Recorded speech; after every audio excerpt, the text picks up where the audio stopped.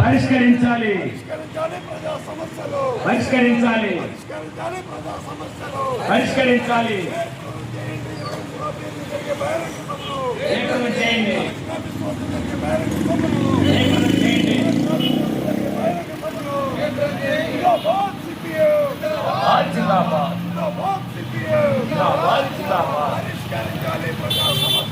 పరిష్కరించాలి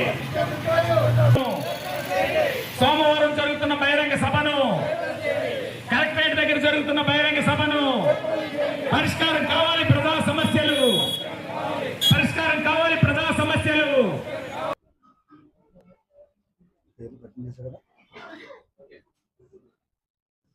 మా జక్కంజెట్టి సత్యనారాయణ గారు మా టీం మేనేజర్ పార్టీ జిల్లా కమిటీ ఆధ్వర్యంలో ఈ పాదయాత్ర జరుగుతూ ఉంది. ఇప్పటికీ 24 రోజులు అయ్యింది. 600 కిలోమీటర్లో పూర్తయింది. 20 మండలాలు 6 మున్సిపాలిటీల్లో ఈ యాత్ర సాగింది. మా యాత్రకి ప్రజల నుంచి విశేషమైనటువంటి స్పందన వ్యక్తమైంది. ప్రజలు అనేక సమస్యలతోటి బాధలు పడుతున్నారు, ఇబ్బంది పడుతున్నారు. అంటే ప్రభుత్వం చెప్పేదానికి ఆచరణలో జరుగుతున్న దానికి చాలా వ్యత్యాసం ఉంది. ప్రభుత్వం ఏం చెప్తుందంటే ఈ 2 ఏళ్ల కాలంలో మా పరిపాలన చాలా బాగుంది, ప్రజా సమస్యలు అన్నీ కూడా మేము పరిష్కారం చేసాం, మా గుడ్ గవర్నెన్స్ అని చెప్పేసి వాళ్ళే చెప్పుకుంటూ ఉన్నారు. ఇప్పుడు ఈ పాదయాత్ర మేము 2 లక్ష్యాలతోటి 2 ఉద్దేశాలతోటి పాదయాత్ర పెట్టాం. ఒకటి, ఎవరైతే గెలిచారో అధికారులకు వచ్చారో వాళ్ళు ప్రజా సమస్యల్ని పట్టించుకోవడం అన్నది మానేశారు. ఓడిపోయిన వారు ప్రజా సమస్యల్ని వాళ్ళు ఎక్కడ కూడా పట్టించుకుని ప్రజలకు వచ్చే పని వాళ్ళు చేయట్లేదు. ఈ నేపథ్యంలో సిపిఎం పార్టీగా మేము పాదయాత్రని నిర్వహించడం అన్నది జరిగింది. ఒకటి, స్థానిక సమస్యలు అన్నది ఒక అంశం వచ్చింది ముందుకి. రెండోది, ప్రభుత్వం ఇచ్చిన వాగ్దానాలు అమలు చేయకపోవడం వల్ల వాటిని అమలు చేయమని కోరడం అనేది 2 అంశాలు మాకు ముందుకి వచ్చాయి. అంటే స్థానిక సమస్యలు ఏంటి? ఇవాళ పంచాయతీలు ఉత్సవ విగ్రహాలుగా మారిపోయి పంచాయతీల దగ్గర నిధులు లేవు, వాళ్ళ దగ్గర విధులు లేవు. ఇవాళ పంచాయతీలు ఇప్పుడు మంచినీరు జిల్లా మొత్తంగా అత్యధిక గ్రామాల్లో మంచినీరు ప్రభుత్వం సరఫరా చేస్తున్న నీరు ఏదైతే ఉందో పంచాయతీల ద్వారా కానీ మున్సిపాలిటీ ద్వారా కానీ తాగడానికి ఎక్కడా కూడా వీలుగా లేవు, వాడుకోవడానికి మాత్రమే పనిచేస్తున్నాయి అని ప్రజలు చెప్పారు. మేము కొనుక్కుని తాగుతున్నాం అని చెప్పేసి అత్యధిక గ్రామాల్లో ప్రజలు చెప్పారు. అంటే మంచినీరు కటకట ఉంది, అలాగే డ్రైన్ వ్యవస్థ అనేది కూడా. అంటే గ్రామాల్లో పారిశుద్ధ్యం పరిస్థితి కానీ గ్రామాల్లో ఉన్న పరిస్థితి ఎలా ఉంది? అధ్వానంగా ఉంది, దారుణంగా ఉంది. పరిపాలన అంతా పడకేసింది గ్రామాల్లో. నీటి సమస్య ఇబ్బందిగా ఉంది. తర్వాత డ్రైన్ వ్యవస్థ ఎక్కడ కూడా బాగోలేదు. దోమలు విపరీతంగా పెరిగిపోయి ప్రజలు నిద్ర కరువయ్యని చెప్పారు.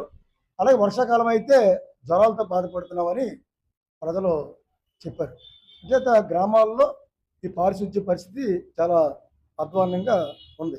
అలాగే రోడ్లలో మేము వచ్చిన తర్వాత రోడ్లు అభివృద్ధి చేస్తాం, రోడ్లన్నిటి కూడా బాగు చేస్తామని చెప్పి ఏదైతే ఉందో ఆచరణలో మాత్రం ఆ రకంగా లేదన్నది మాకు కనబడుతూ ఉంది.